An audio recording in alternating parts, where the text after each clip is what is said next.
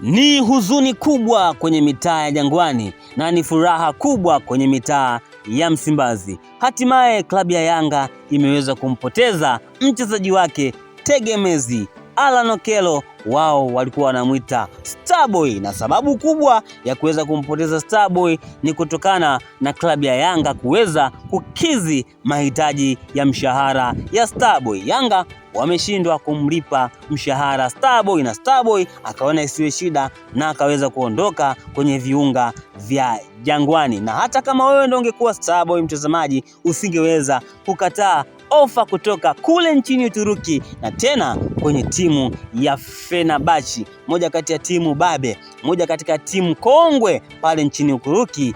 Fenerbahce imeweza kunasa saini ya Alan Okello. Wananchi, poleni kwa kumpoteza the Starboy Alan Okello, lakini wana Simba wameweza kufurahi kwa sababu Yanga walikuwa wakijidai sana na huyu mchezaji wao wanayemuita Starboy.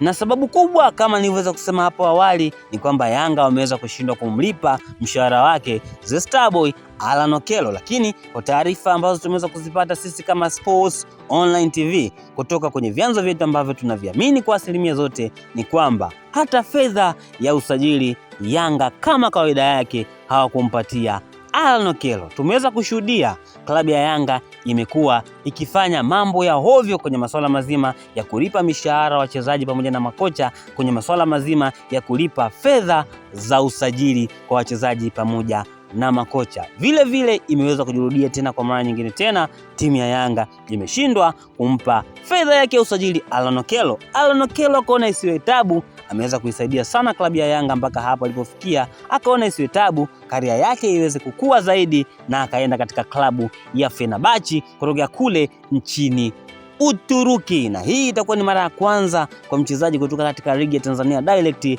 na kwenda kwenye ligi ya Uturuki, ambako huko ndiko Fenerbahce inaweza kushiriki. Wana Yanga, poleni sana, mnaweza tenda kwenda katika klabu ya Vipers, mnaweza kupata mchezaji mwingine mzuri design ya Alan Okello. Lakini swali linakuja kwa viongozi, kwa nini hizi skendo za wao kutolipa wachezaji mishahara zimezidi kuongezeka maradufu siku baada ya siku? Na kwa taarifa zingine za siri kabisa, na hizi ni za ndani ambazo sisi tunazo, ni kwamba klabu ya Yanga imeweza kufungiwa usajili na shirikisho la mpira wa miguu duniani FIFA kwa sababu ya wao kuweza kushindwa kulipa baadhi ya wachezaji. Moja kati ya wachezaji ambao wameweza kukumbana na hii kadhia ni Musa Bala Conte. Hapo mwanzo klabu ya Yanga iliweza kumsajili Musa Bala Conte kwa mbwembwe zote, lakini mwisho wa siku Bala Conte akashindwa kupata stahiki zake. Hivi ni vitu ambavyo viongozi wa Yanga wanatakiwa kuanza kuviacha na kulipa wachezaji wao stahiki zao. Mimi niseme kwamba sina la ziada. Hii ni Sports Online TV na mimi ni Rich Mo TZ. Usisahau kusubscribe. Mpaka wakati mwingine, bye.